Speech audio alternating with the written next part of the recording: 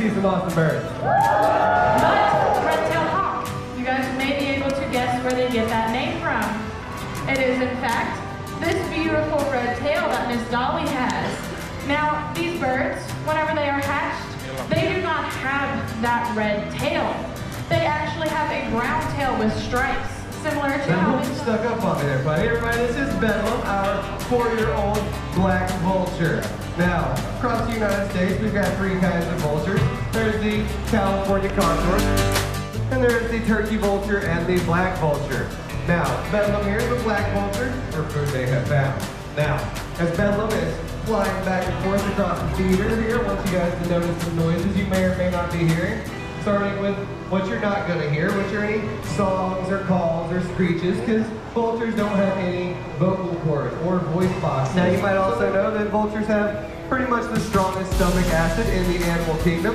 So strong that when they're eating those dead things, they're not just eating some stinky carcass out of the world. They're also eating any diseases that that animal might have had in it. So if that dead carcass had anything like botulism, rabies, anthrax, Ebola, E. coli, you name it, once the vulture eats it, that disease is gone out of the world for good. Even find a hole in a tree. Now, for those of you who have gotten a close-up look at Buster, you may have thought that he's just saying hello, giving you a nice little friendly wink, but unfortunately, Buster is missing his eye. Louisiana, a big storm came and knocked him out of his nest. Some nice people found him. They decided they would try to rehabilitate him. They tried to re-release him back out to the wild 2 times.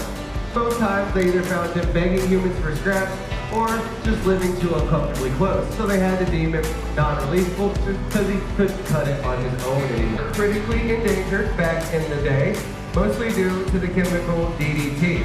These guys were down to a little less than 300 nesting pairs in the whole United States. Now, that DDT used to be in pesticides that farmers would use. They would spray it all over their crops, eventually through the waterways, the bugs. It would work its way up to these birds of prey.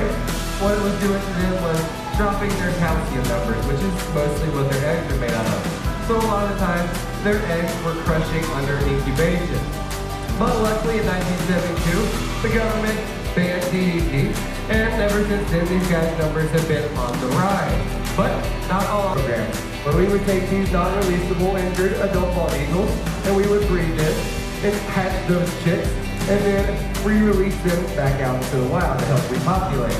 And up until 2007, when the bald eagle came off of the endangered species list, the American Eagle Foundation had hatched and re-released over 400 bald eagles just in the state of Tennessee, along with over 1,000 other birds of prey. He never doesn't take his food, so you guys are in for a treat right now. Now, like I said, Challenger here did retire from those flights in 2019 because he had developed cataracts, right? So he couldn't see as well as he used to. He couldn't do those long flights, couldn't see where he was going. But just last year, in June 2024, the nice vets down at UT Knoxville gave him a successful cataract surgery. So he's back to seeing just about as well as ever, but we're not going to make him go back to doing any of those big free flights anymore. We decided to leave him retired. Also, we do have some super fun programs going on over there, like even you guys feeding a bald eagle yourself. But if you would like to do something today here at Dollywood, right off the side of the stage and all along the midline of Eagle Mountain Sanctuary, we do have donation boxes and are incredibly grateful for anything and everything.